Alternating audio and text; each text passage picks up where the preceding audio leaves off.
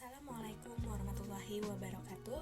Halo teman-teman, nama saya Salsabila Aliasyifa Ibrahim, mahasiswa Prodi S1 Administrasi Rumah Sakit Institut Medika Dr. Gigi Suherman. Saat ini saya ingin berbagi kepada teman-teman tentang definisi malpraktik. Di bawah ini penjelasan tentang malpraktik. Malpraktik adalah sebuah tindakan atas dasar kelalaian atau kesalahan seorang dokter dalam menjalankan praktik yang biasa digunakan dalam mengobati pasien sehingga menyebabkan kerusakan atau kerugian bagi kesehatan pasien karena tidak sesuai dengan standar profesi medik. Sesuai pasal 55 ayat 1 Undang-Undang Nomor 23 Tahun 1992 tentang Kesehatan berbunyi, setiap orang berhak atas ganti rugi akibat kesalahan atau kelalaian yang dilakukan oleh tenaga kesehatan. Sebenarnya kita sebagai pasien atau keluarga dapat meminimalkan terjadinya sengketa antara pasien dan dokter yang merawat kita, antara lain dengan yang pertama, sebelum menjalankan tindakan medis, pasien atau keluarga mendatangani yang dinamakan informed consent. Apakah yang dimaksud dengan informed consent? Informed consent adalah surat persetujuan keluarga pasien untuk dokter melakukan tindakan medis. Yang kedua, berdiskusi dengan dokter yang akan melakukan tindakan medis secara jelas untuk mengetahui resiko setiap tindakan. Contohnya, menanyakan efek samping dari setiap tindakan dan apa yang harus dilakukan pasca tindakan. Saya akan menjelaskan jenis-jenis malpraktik. Malpraktik itu dibagi menjadi 3. Pertama, intentional adalah pelanggaran karena faktor kesengajaan dalam perilaku dan profesi. Contohnya, melakukan kebohongan, penahanan pasien di rumah sakit, membuka rekam medis tanpa izin, aborsi ilegal, dan eutanasia. Eutanasia adalah tindakan dilakukan dokter secara sadar untuk mengakhiri hidup seseorang yang menderita secara fisik. Yang kedua, ada negligence, yaitu kelalaian. Negligence dibagi menjadi 3. Yang pertama, malfeasance adalah pengabaian atau pelanggaran jabatan. Contohnya, melakukan tindakan pengobatan tanpa indikasi yang jelas dan mengobati pasien dengan coba-coba tanpa dasar yang jelas.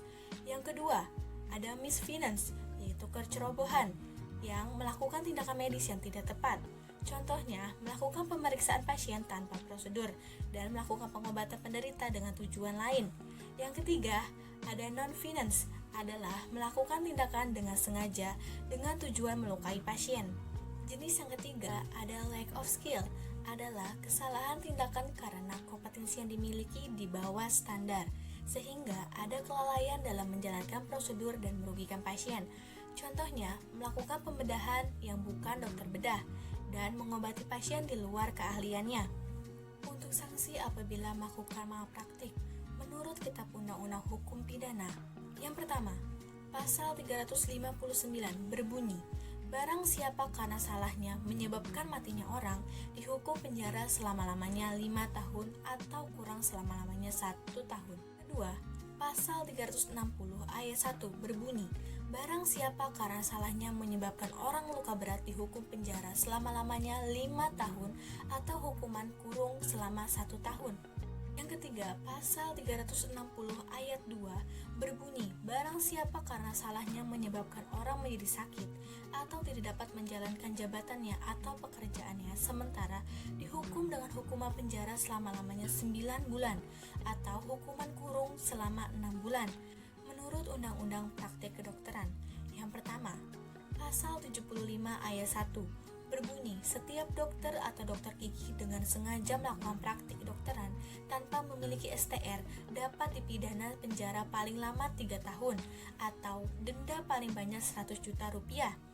Yang kedua, pasal 76 berbunyi, setiap dokter atau dokter gigi dengan sengaja melakukan praktek kedokteran tanpa memiliki SIP dapat dipidana penjara paling lama 3 tahun atau denda paling banyak 100 juta rupiah. Yang ketiga, pasal 79 berbunyi, setiap dokter atau dokter gigi dengan sengaja tidak memasang papan nama atau membuat rekam medis dapat memenuhi kewajiban dipidana dan penjara paling lama 1 tahun. Dan itulah penjelasan saya tentang malpraktik. Bagaimana kita sebagai pasien untuk menghindari kejadian malpraktik dan sanksi apabila terjadinya malpraktik. Semoga ilmu ini bermanfaat untuk kalian. Wassalamualaikum warahmatullahi wabarakatuh. Thank you for watching teman-teman.